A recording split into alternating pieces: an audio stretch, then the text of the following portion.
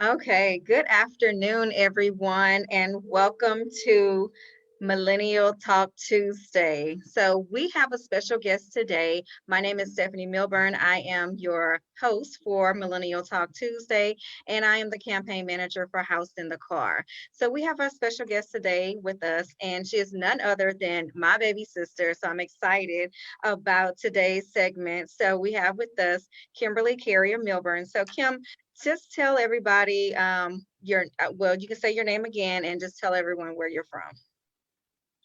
Yes. Hey, everybody. My name is Kimberly Carrier Milburn. I'm from Houston, Texas. And Currently how at work. old are you? I'm 35. All right, so she is still a millennial, even though she's getting up there.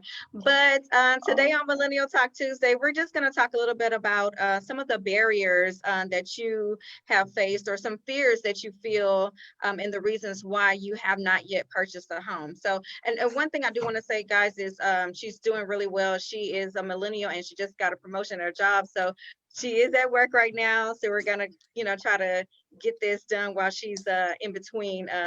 Her supervisor duties. So, Kim, tell us a little bit about some of the fears that you have and why you haven't purchased a house yet.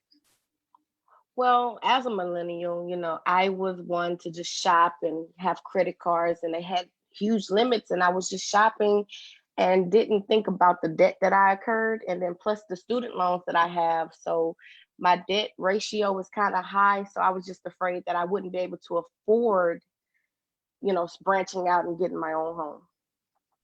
Awesome. So we have heard a lot of millennials say that they, are really scared because of debt and they're not able to, or they think that they're not able to purchase. But now you guys know that with me being in her ear, she knows that she can purchase a house, but she's just afraid. So how can you position yourself to get over those fears?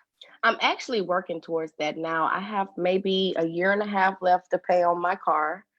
And once that's paid, I was thinking about maybe taking what I was paying in my car note and put large lump sums on the bills that I have. And then once I get those down to a certain amount, I think I'll be prepared and more comfortable with myself. So, because I mean, I can probably afford to get a home, but I want to be able to live also while I'm living in my home. Absolutely. Well, I know you can afford it. So I've seen the things that you buy. I know the things that you do. So I know you can afford it. But having those fears is one of the barriers that a lot of millennials face. And we appreciate you sharing that with us. Name some other things that you're doing to prepare yourself. I know you did mention, you have student loans. Do you feel like the student loans is something that's really holding you back?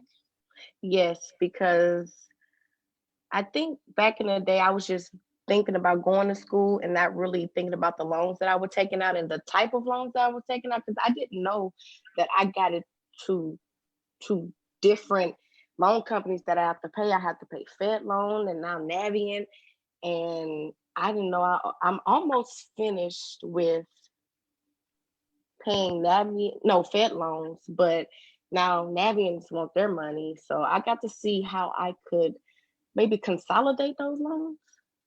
Okay, so your main concern is your debt. So you want to be just about completely out of debt before you purchase a home.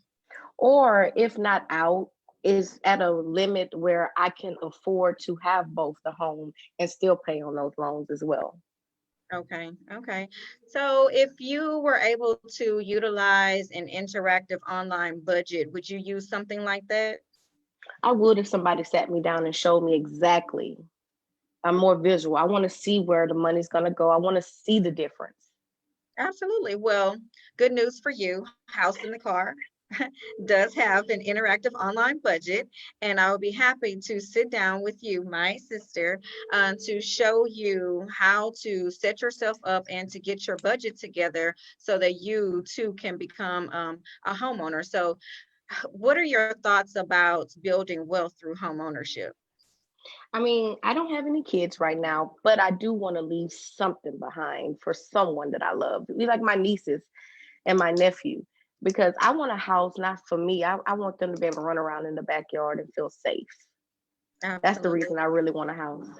I can understand that. So And I want a I'm dog. kind of oh, and a dog, yeah. So we're a dog family, so we do love our dogs. So I agree with you on that. So what advice would you give to someone that's in a similar situation as you? What would you say to one of your friends who has not yet purchased a home? And maybe if you guys get together, what conversations would that be?